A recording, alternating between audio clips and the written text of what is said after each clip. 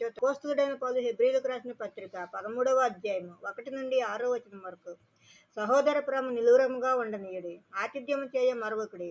దాని వలన కొందరు ఎరుగకయే దేవదూతలకు ఆతిథ్యము చేసిరి. మీరును వారితో కూడా బంధింపబడినట్టు బంధకంలోనున్న వారిని జ్ఞాపకం చేసుకునడి. మీరును శరీరంతో ఉన్నారు కనుక కష్టములను అనుభవించుతున్న వారిని జ్ఞాపకం చేసుకునడి. వివాహము అన్ని విషయములలో ఘనమైనదిగాను పాన్పు నిష్కలమైనదిగాను ఉండవలను. వేశ్య సంగులకును వ్యభిచారులకును దేవుడు తీర్పు తీర్చును. ధనాపేక్ష లేని వారై మీకు కలిగిన వాటితో తృప్తి పొంది ఉండుడి. నిన్ను ఏమాత్రమును విడువను, నిన్ను ఎన్నడను ఎడబాయను అని ఆయన చెప్పిన కదా. కాబట్టి ప్రభువు నాకు సహాయకుడు, నేను భయపడను. నరమాత్రుడు నాకేమి చేయగలడు అని మంచి ధైర్యంతో చెప్పగలవారమై ఉన్నాను. ఆమెన్. మరో దేవుని వాక్యంతో మీ ముందు ఉంటాను. అందరికీ శుభరాత్రి. మన ప్రభువును ప్రియరక్షకుడైన యేసుక్రీస్తు కృప, కాపుదల, రక్షణ, ఆశీర్వాదము మనందరికీ ఇప్పుడు ఎప్పుడు సదాకాలము తోడై ఉండును గాక. ఆమేన్.